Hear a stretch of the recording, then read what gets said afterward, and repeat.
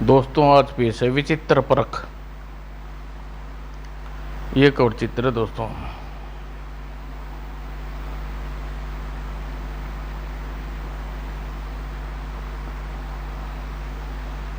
देवल राज्य के राजा महिपित के रूपमाला और जयमाला नाम की दो जुड़वा पुत्री थी। महारानी, हमारी बेटियां युवा हो गई हैं। हाँ महाराज, अब आपको उनके विवाह की चिंता करनी चाहिए। तुम ठीक कह रही हो महारानी, पर हमारी पुत्रियों के लिए योग्य वर हमें तभी मिलेगा, तभी तो हम विवाह करेंगे। हमारी पुत्रियां राजकुमारी हैं, उनके लिए भला योग्य वरों की क्या कमी है महाराज। आप आसपास के राजकुमार पर दृष्टि घुमाइए, राजकुमारी को विवाह की समस्या चुटकियों में हल जाएगी। महारानी सुनंदा, हमने अपनी पुत्रियों का विवाह योग्य राजकुमारी नहीं अपुत्री किसी बुद्धिमान योग्य युवकों से करेंगे। महाराज, आपको तो सोच के ने का ढंग ही निराला है। बड़ा राजवंश की कन्याएं साधारण वंश में ब्याही जा सकती हैं क्या? क्यों नहीं ब्याही जा सकती। राजकुमारी के लिए वर चुनने समय हर राजवंशों के नहीं आपत्ति योग्य विद्यमान की प्राथमिकता दूंगा। देवयोग के उसी दिन राजा महिपत के गुरु ऋषि वामदेव राजमहल में पधारे। चिरंजीव भव। उचित आदर संस्कार पाने के पश्चात, गुरुदेव आप अच्छे समय पधारे हैं, आप मेरी समस्या का हल कर सकते हैं। कहो महिपत, तुम्हारी क्या समस्या है? गुरुदेव, मेरी दोनों पुत्रियां पूर्णतया युवा हो गई हैं, उनके विवाह के लिए चिंतित हूँ। इसमें चिंतित होने की क्या बात है? जैसे अन्य राजकुमारी के लिए स्वयंवर होते हैं, आए हैं अपनी पुत्रियों के लिए स्वयंवर करो, आयोजित कर डालो और उसमें आसपास के सभी राजकुमार को आमंत्रण करो। गुरुदेव, मैं अपनी पुत्रियों का विवाह राजकुमारों से नहीं आपत्ति योग्य बुद्धिमान युवकों से साथ करना चाहता हूँ। वो यह बात है।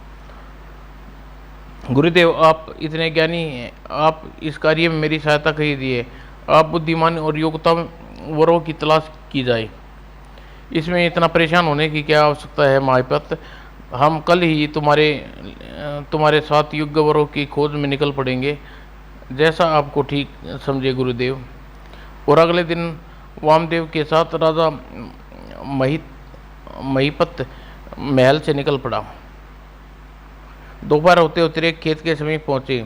ओह गुरुदेव, इतनी तेज धूप में यह गर्मी में बदन पिघला जा रहा है।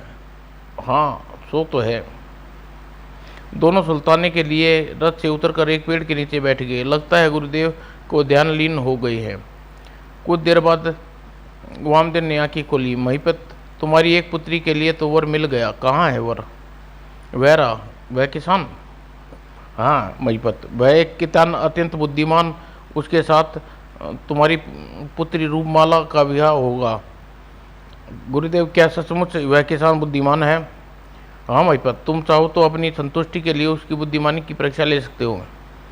हल चलाता वह किसान जब उनके समीप गुजरा। क्या नाम है तुम्हारा? मेरा नाम कृपाल है महाराज। कड़ी धूप पड़ रही है, तुम सारे के सारे पसीने से लथपथ हो और ऐसी दोपहरी में हल क्यों चला रहे हो? महाराज, हल ना चलाऊं तो फिर खाऊंगा क्या? जीवन का निर्वाह कैसे होगा? अच्छा यह बताओ कि तुम हल चलाकर प्रतिदिन कितनी कमाई कर लेती हो? यही कोई 4 आने प्रतिदिन की। अपनी आय को किस प्रकार खर्च करते हो कृपाल?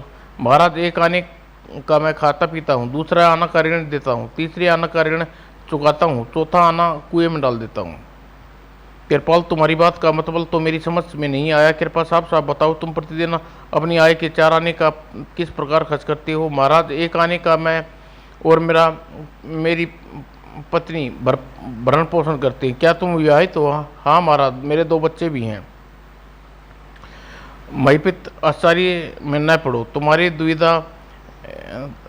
दुविधा के बाद में मिटा दूंगा। पहले कृपाल की बात ध्यान से सुनो। ओह महाराज, मैंने आपसे कहा था कि मैं 1 आने का अपना और अपनी पत्नी का भरण पोषण करता हूँ, अथवा दूसरा मैं अपने बाल बच्चों पर खर्च करता हूँ।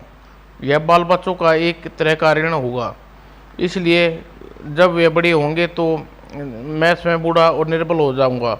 मेरी देख रेख करने के लिए ऋण को चुकाएंगे। तीसरा ना मैं अपने वृद्ध माता पिता पर खर्च करता हूँ। मैं अपने माता पिता पर मुझको जो ऋण है वह तीसरे आने से उन पर खर्च करके उनका ऋण चुकाता हूँ। चौथा ना मैं दान पुण्य में खर्च करता हूँ, इसके बदले मैं किसी फल की आशा करने के मन में नहीं रखता। इसलिए इसलिए मेरा कहना का है, चौथा आना मैं कुएं में डाल देता हूँ। कृपाल, तुम्हारी बुद्धिमत्ता भरी बातें सुनकर मेरा हम बहुत प्रसन्नता हुई। महाराज, मैं किस योग्य हूँ, आप व्यर्थ में मेरी प्रशंसा कर रहे हैं। मैं तुम्हारी विनम्रता पर कृपाल हूँ। देखो कृपाल, मैं तुम्हारा राजा माहिपत का गुरु वामदेव हूँ। मैं तुमसे एक वचन लेना चाहता हूँ। कैसा वचन गुरुदेव? तुम इस समय यह परीक्षा करो कि तुम 100 बार राजा महिपल का मुंह देखे लोगे जब अपने चार आने के सदस्य को और किसी सम्मुख प्रकट न करोगे। आने को किसी। ठीक है गुरुदेव, मैं इसी समय यह बात की प्रतीक्षा करता हूँ। आओ महिपत, अब यहाँ से चलिए गुरुदेव। महिपत कृशाल गुड़ की बातें सुनकर उसकी बुद्धिमान पर यकीन हो गया। गुरुदेव, कृपाल निश्चित ही अत्यंत बुद्धिमान है, पर गुरुदेव एक बात मेरी समझ में नहीं आई। कृपाल पहले ही विवाहित है, यह जानते हुए भी आपने यह क्यों कहा कि राजकुमारी रूपमाला के लिए सुयोग्य वर है? एक विवाहित और बाल बच्चेदार पुरुष के राजकुमारी रूपमाला का विवाह कैसे हो सकता है? गुरुदेव, तुम्हारा कहना ठीक है महिपाल, लेकिन अब मैं जो बताने जा रहा हूँ उसे ध्यान से सुनो। आज से ठीक 5वें दिन कृपाल की पत्नी बच्चों के साथ बैलगाड़ी में बैठकर अपने ससुराल पीलागढ़ी जाएगी। राह में जब बैलगाड़ी उपनती हुई वेग नदी के ऊपर से गुजरेगी तो पुल टूट जाएगा और महिपाल, जिसके परिणाम स्वरूप कृपाल अपने परिवार के साथ बैलगाड़ी सहित नदी में गिर जाएगा। ओ फिर उस दुर्घटना से महिपत तो बच जाएगा, पर उसकी पत्नी और बच्चे जीवित नहीं बचेंगे। ओह, यह तो बहुत बुरा होगा कृपाल के साथ। जल्दी दोनों रथ में बैठकर वहाँ से चल दिए। गुरुदेव, क्यों ना हम वापस जाकर कृपाल को इसे होने वाली दुर्घटना के बारे में बता दें, इससे वह 5 दिन बाद पीरागढ़ी जाएगा, वह दुर्घटना घटेगी। महिपत, होनी को न तुम टाल सकते हो न मैं टाल सकता हूँ, इसलिए कृपाल को वापस लौटना बेकार है और उसके साथ जो दुर्घटना होने वाली है वह हर हाल में घट के रहेगी। ओह बेचारा कृपाल। अब तुम यह बताओ कि तुम कृपाल की पहली पत्नी और बच्चे मर जाएंगे तो राजकुमारी रूपमाला का विवाह कृपाल के साथ तुम करने को तैयार हो या नहीं? इस अवस्था में राजकुमारी रूपमाला का विवाह कृपाल से किया जा सकता है गुरुदेव।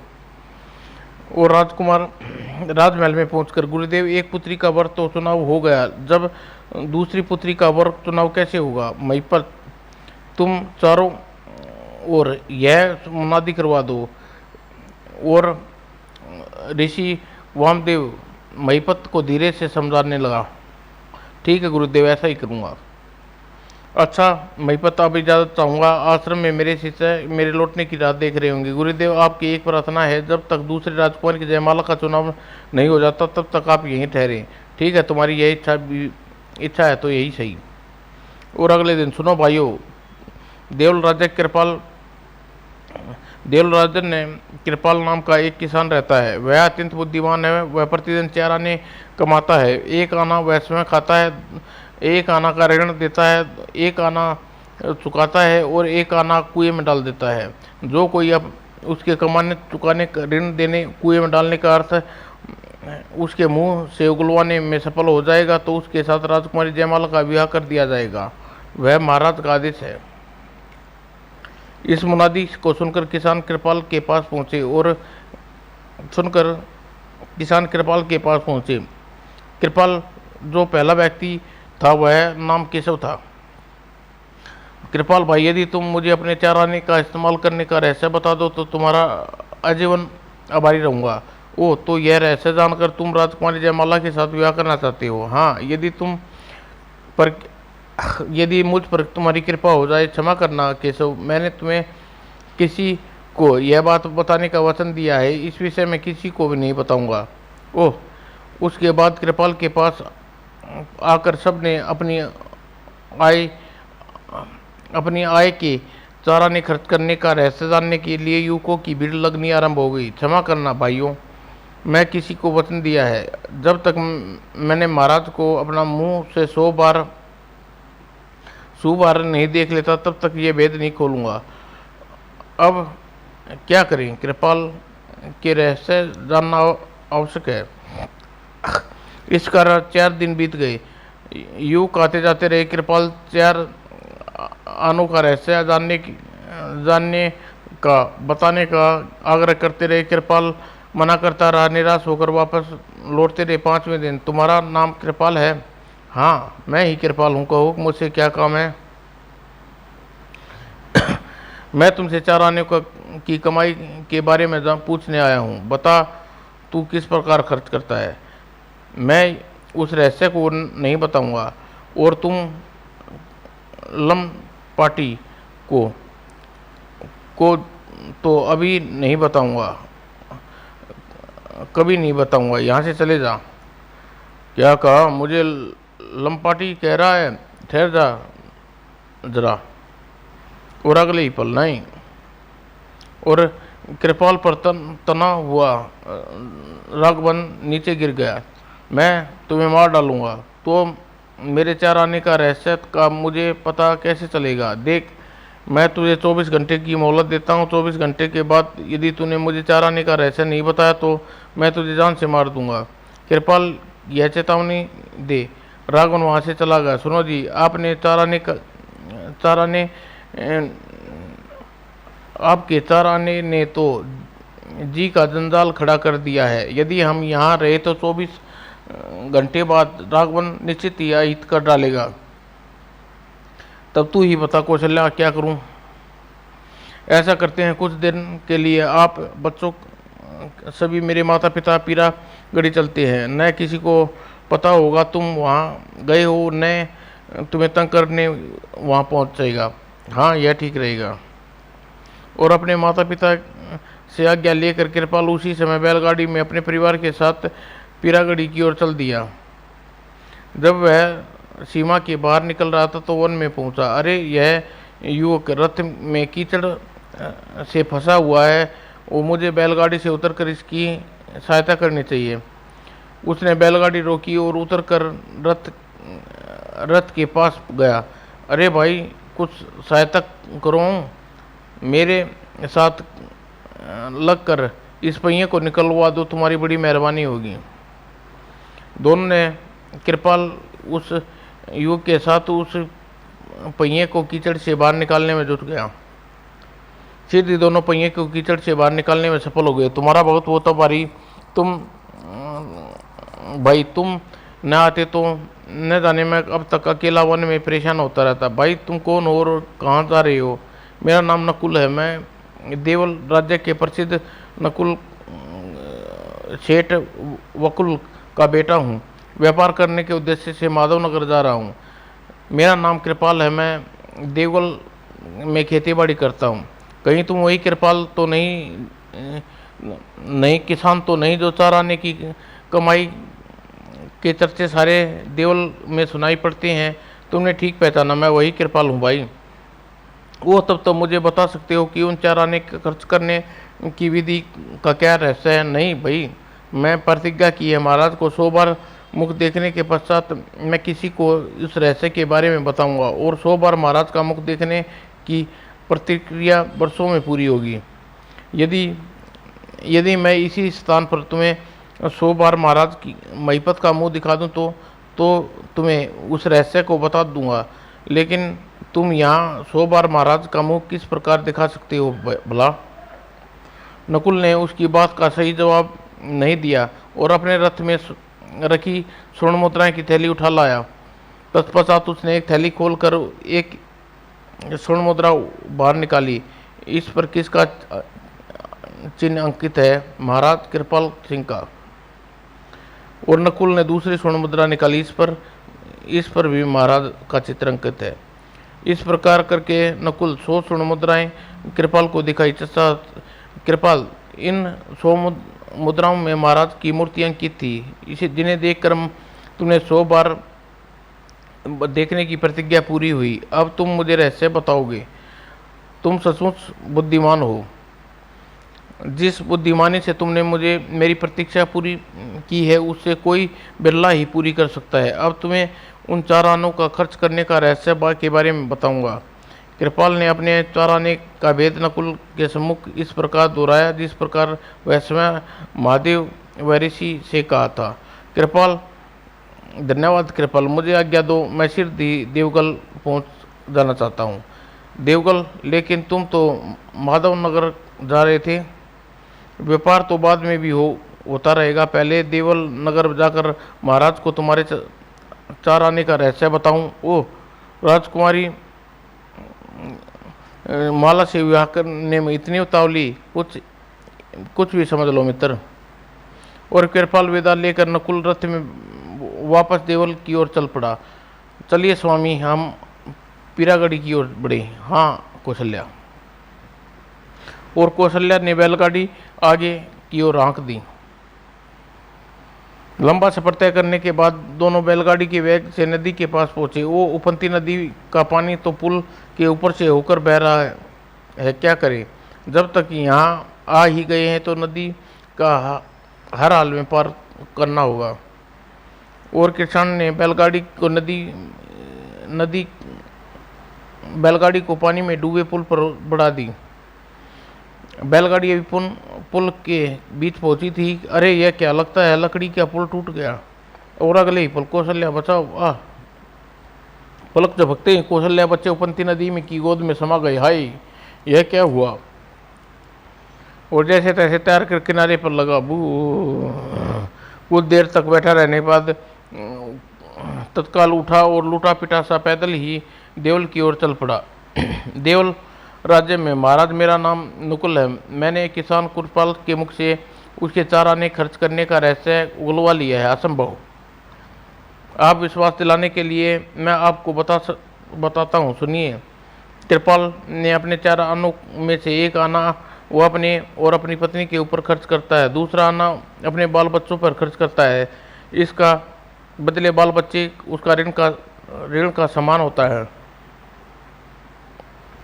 नकुल ने एक एक करके 4 आनों के विषय में विस्तार से सही महिपत को बता दिया। लेकिन हम तो कृपाल को सौगंध देकर आए थे कि वह महाराज महिपत का चेहरा 100 बार देखे बिना देखने के बाद ही किसी को 4 आने का रहस्य बताएगा। उसने राजा महिपत का चेहरा 100 बार कब देखा और उसने सौगंध तोड़ दी। ऋषिवर, कृपाल ने सौगंध नहीं तोड़ी। अपनी बुद्धि से काम लेते हुए मैंने उसे 100 बार 4 आने का रहस्य उगलवाया था। मैंने महाराज की तस्वीरें से मुद्रित 100 मुद्राएं कृपाल को दिखाई। इस प्रकार उसने 100 बार महाराज का चेहरा देखने के बाद मुझे 4 आने का रहस्य बताया। नकुल, निस्संदेह ही तुम बुद्धिमान व्यक्ति हो, अपनी प्रतीक्षा में खरे उतरे, इसलिए तुम्हारे साथ राजकुमारी का विवाह किया जाता है। महाराज, अपने होने वाले दामाद का स्वागत करो। अगले ही पल आज मेरी दूसरी पुत्री का विवाह, चिंता भी दूर हुई। नहीं महापिता, अब तुम चलकर कृपाल की खबर लेनी चाहिए। वह अपनी पत्नी और बच्चों को खोकर घर पहुंच चुकाने वाला होगा। चलिए गुरुदेव। तब नकुल और ऋषि वामदेव के साथ राजा महिपल और कृपाल के घर की ओर चल दिए। उधर कृपाल घर पहुंचा। कृपाल, तेरे मुंह क्यों उतरा हुआ है? बहू और बच्चे कहाँ गए?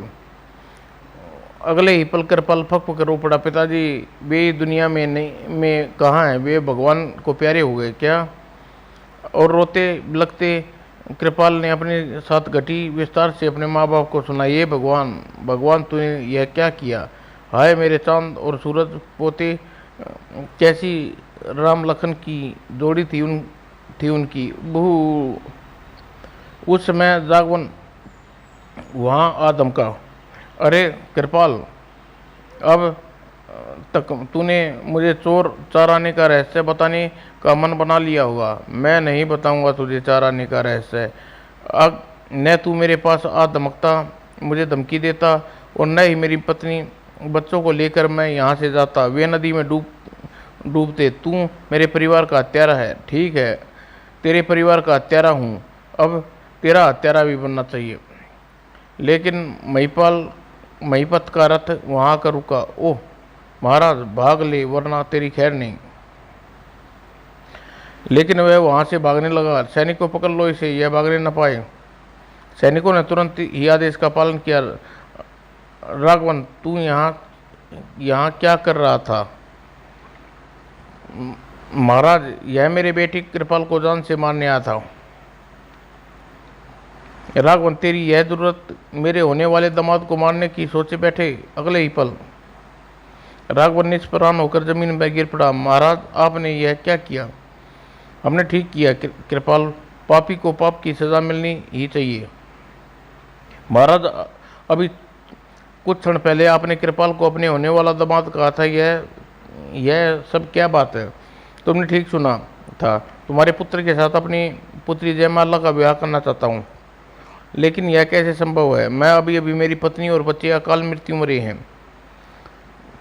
कृपाल होनी को कोई नहीं टाल सकता, इसलिए दुख छोड़कर अपने आगे के जीवन के बारे में सोचो, इसी में तुम्हारी भलाई है। कृपाल, राजा महिपत ठीक कह रहे हैं। तुम्हारी किस्मत में 2 विवाह करने होने पहले ही लिख चुके हैं। दूसरा विवाह करने पर आनाकानी क्यों? गुरुदेव, आपका आदेश मैं भला कैसे टाल सकता हूँ? और उस वक्त महिपाल वामदेव ऋषि के साथ वर्ता कर रहा था। आओ रूपमाला, जयमाला, आओ। गुरुदेव प्रणाम। सदा सुखी रहो बच्चों। गुरुदेव, आपने पिताजी महाराज ने दोनों वरों को चुनाव कर लिया है, क्या यह सच है? हाँ बच्चियों, शीघ्र तुम्हारा विवाह उन्हीं से होगा। हमने यह भी सुना है कि दोनों होने वाले पति अत्यंत बुद्धिमान हैं। हाँ हाँ, ठीक कहा सुना है। गुरुदेव, हमारी दृष्टता को क्षमा करें। हम दोनों अपने पतियों की बुद्धिमानी की परीक्षा लेना चाहती हैं। ओ ऐसा ठीक है, तुम दोनों अपनी इच्छा को पूरी की जाएगी। अगले दिन रूपमाला के सामने बैठा कृपाल उससे कह रहा था, आप मेरी बुद्धिमानी की परीक्षा लेना चाहती है राजकुमारी? जी हाँ, यदि आपको बुरा न लगे तो। नहीं नहीं, मुझे बुरा क्यों लगेगा? आप किस प्रकार चाहे मेरी परीक्षा ले सकती हैं। ठीक है, तब आपको एक छोटी सी कहानी सुनाती हूँ, सुनिए। एक किसान के 2 बेटे थे। उन दोनों बेटों का विवाह हो चुका था। एक बार जब दोनों बहुएं सावन में अपने अपने मायके जाने वाली लगी, ससुर जी, अपने मायके से आपके लिए क्या लाऊं? बड़ी बहू, तुम अपने मायके से आग को काजल में लपेट के लाना। और मैं क्या लाऊं ससुर जी? छोटी बहू, तुम अपने मायके से हवा को कागज में बंद करके लाना। जब ये दोनों बहुएं अपने अपने मायके में रहकर ससुराल वापस लौटी तो अपने ससुर के कहे को किस प्रकार पूरा करके लौटी, बताइए? आग को कागज में लपेट कर वह आग को कागज में लपेट कर और हवा को कागज में बंद कर वे दोनों कैसे आई? इतनी सी बात सुनिए। जब बड़ी बहू मायके से अपने ससुराल लौटी, लीजिए ससुर जी, आपने कहे अनुसार मैं कलीन को कागज में बंद करके लाई हूँ, यह अंधेरे को दूर भगाती है। और जब छोटी बहू ससुराल से आई, लीजिए ससुर जी, यह पंखा, इसे हिलाने से हवा उत्पन्न होगी, एक प्रकार से हवा बंद है। सदा खुशी रहो, तुम्हें मेरी इच्छा को उचित प्रकार से पूरी किया। कहो राजकुमार जी, आपकी अधूरी कहानी किस प्रकार पूरा किया, हाँ या नहीं? मैं आपकी बुद्धिमानी का लोहा मानती हूँ, निसंदेह आप मेरे पति बनने योग्य हैं। उसी समय महल के दूसरे कमरे में जयमाला अपने सामने बैठे नकुल से कह रही थी, आप मेरी परीक्षा देने के लिए तैयार हैं? हाँ, तैयार हूँ। तो सुनो, मैं तुम्हें एक अधूरी कहानी सुनाती हूँ, उसे उचित प्रकार से पूरा करना होगा। कहानी इस प्रकार है। एक बार तूफानी बरसाती रात में धर्मदेव नाम का एक परदेसी व्यापारी पल्लवपुर राज्य में किसी सराय में पनाह पाने के उद्देश्य से इधर उधर भटक रहा था। काफ़ी देर भटकने के पश्चात एक सराय दिखी। तूफान के कारण इस सराय में भी दरवाज़ा बंद है। जैसे भी हो, मुझे इसका दरवाज़ा खुलवाना चाहिए। उसने घोड़े से उतरकर सराय के बंद दस्तक दी। अंदर कोई है? जी हाँ, सराय का चौकीदार है। मैं दरवाज़ा खटखटा रहा हूँ, तुम दरवाज़ा जल्दी से खोलो। मैं दरवाज़ा नहीं खोल सकता क्योंकि ताले की चाबी खो गई है। अरे भले आदमी, बाहर बहुत तेज़ बारिश हो रही है, मैं उसमें भीग बुरी तरह भीग रहा हूँ। इस शहर में अजनबी हूँ, दरवाज़ा खोल दो ना। थोड़ी देर बाद चौकीदार की आवाज़ आई, ठीक है, यदि तुम्हारे पास सोने की चाबी हो तो मुझे दे दो, मैं उससे ताला खोल दूंगा। क्या व्यापारी धर्मदेव ने चौकीदार की बात के इशारे का मतलब समझ सका तो क्या समझा? क्या वास्तव में उसके पास सोने की चाबी थी? बताइए। हाँ, थी। दरअसल चौकीदार धर्मदेव से स्वर्ण मुद्रा हड़प कर सराय का दरवाज़ा खुलवाना चाहता था। उसके बाद जेब से सोने की एक स्वर्ण मुद्रा निकाली और संभाल लेना, मैं सोने की चाबी अंदर भेज रहा हूँ। और अगले ही पल सराय का दरवाज़ा खुल गया। लीजिए, मुझे इस चौकीदार को सबक सिखाना चाहिए। मेरा कुछ ज़रूरी सामान मेरे घोड़े पर लदा है, उसे उतार कर अंदर ले आओ तो मैं तुम्हें एक और मुद्रा दूंगा। मैं अभी तुम्हारे सामान को उतार कर लाता हूँ। लालची चौकीदार एक और स्वर्ण मुद्रा मिलने के चक्कर में धर्मदेव के को लालटेन पकड़ा कर जैसे ही सराय से बाहर निकला, बच्चू अब देखना तू मजा। और अगले ही पल ओह, व्यापारी ने दरवाज़ा बंद कर दिया। जब वह घोड़े के पास पहुंचा, घोड़े पर तो कोई सामान नहीं है और पासा पलटा चुका था। चौकीदार बाहर खड़ा सराय का दरवाज़ा पीट रहा था। दरवाज़ा खोल दो, बहुत तेज़ बारिश हो रही है। कैसे खोल दूं दरवाज़ा? सोने की चाबी तो तुम्हारे पास है, उसी से दरवाज़ा खोलूं? मैं तो अपने बुने जाल में फंस चुका हूँ। व्यापारी को स्वर्ण मुद्रा लौटाने में ही मेरी भलाई है। और अगले ही पल मैं सोने की चाबी अंदर सरका रहा हूँ और धर्मदेव ने दरवाज़ा खोला। आओ, अंदर आ सकते हो। कहिए राजकुमार जी, भी आपकी अधूरी कहानी ठीक प्रकार से पूरी कर परीक्षा में उत्तीर्ण हुआ है नहीं? निस्संदेह तुमने मेरी प्रतीक्षा में खरे उतरे हो। और फिर धूमधाम से रूपमाला का विवाह कृपाल के साथ और जयमाला का बाल विवाह निकुल के साथ संपन्न हुआ। विवाह समारोह संपन्न हो जाने के बाद माईपत, अब मुझे जाने की इजाज़त दी। हाँ गुरुदेव, अब आपको और नहीं रोकूंगा। समाप्त दोस्तों।